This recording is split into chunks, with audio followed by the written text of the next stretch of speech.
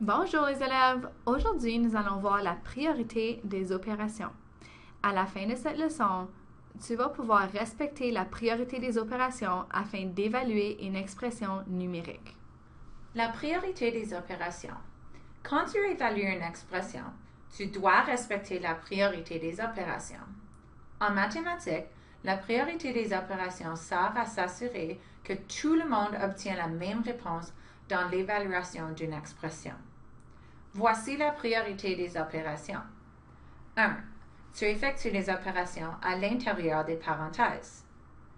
Ensuite, tu relèves les nombres qui ont des exposants. Par après, on multiplie et divise dans l'ordre de gauche à droite.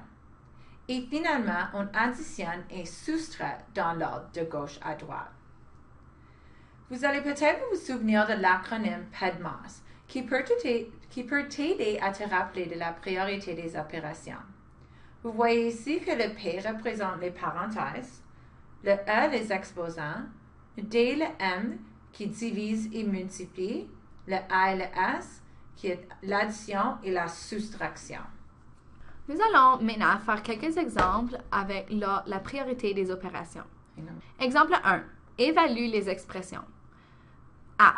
20 moins 6 fois 2. Donc, si nous pensons à PEDMAS, la première chose que nous devons faire est la multiplication parce qu'elle vient en premier dans l'acronyme.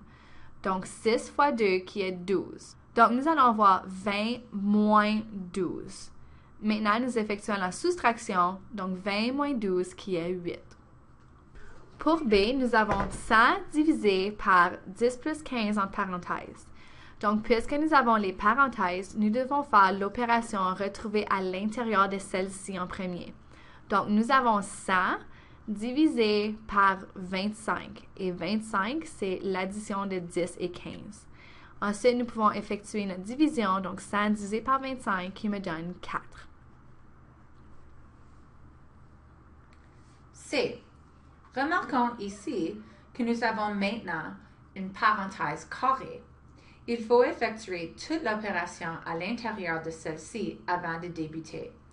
Donc, je sais que nous aurons 10 moins et ensuite mes opérations à l'intérieur de ma parenthèse carrée.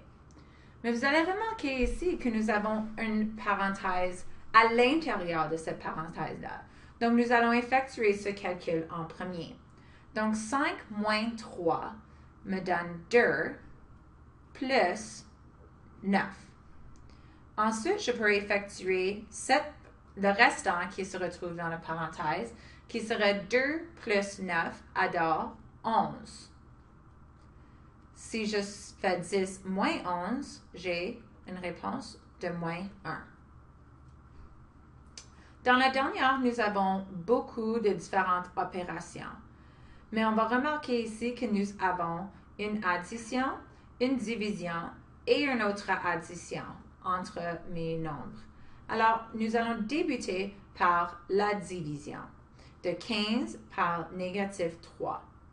Donc, nous avons négatif 8 plus le résultat de 15 divisé par négatif 3 qui sera négatif 5 plus 7.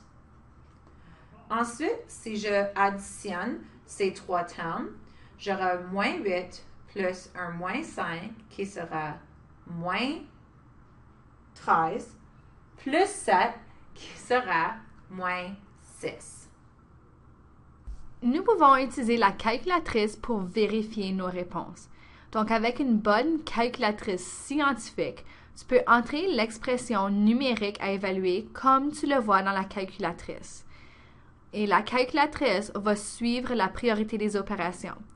Donc, maintenant, tu peux pratiquer en entrant les expressions d'exemple 1 avec ta calculatrice. As-tu eu la même réponse? Si tu n'as pas eu la même réponse, c'est peut-être que tu n'as pas bien entré dans ta calculatrice. Donc, on peut toujours vérifier une fois arrivé en salle de classe. Exemple 2.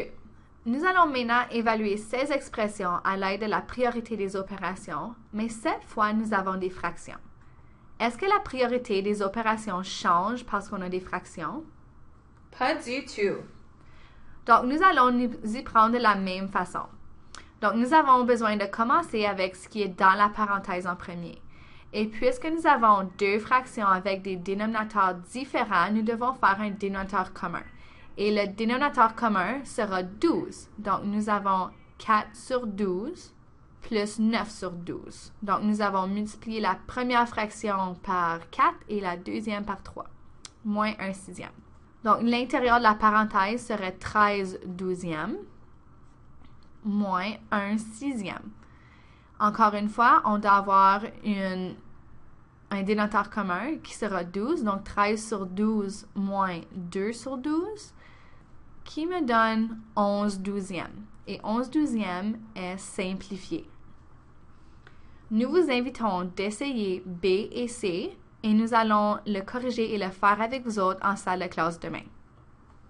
Cette question d'approfondissement, nous allons compléter avec vous une fois en salle de classe. N'oubliez pas d'écrire vos questions en visionnant la vidéo et nous allons les répondre en classe.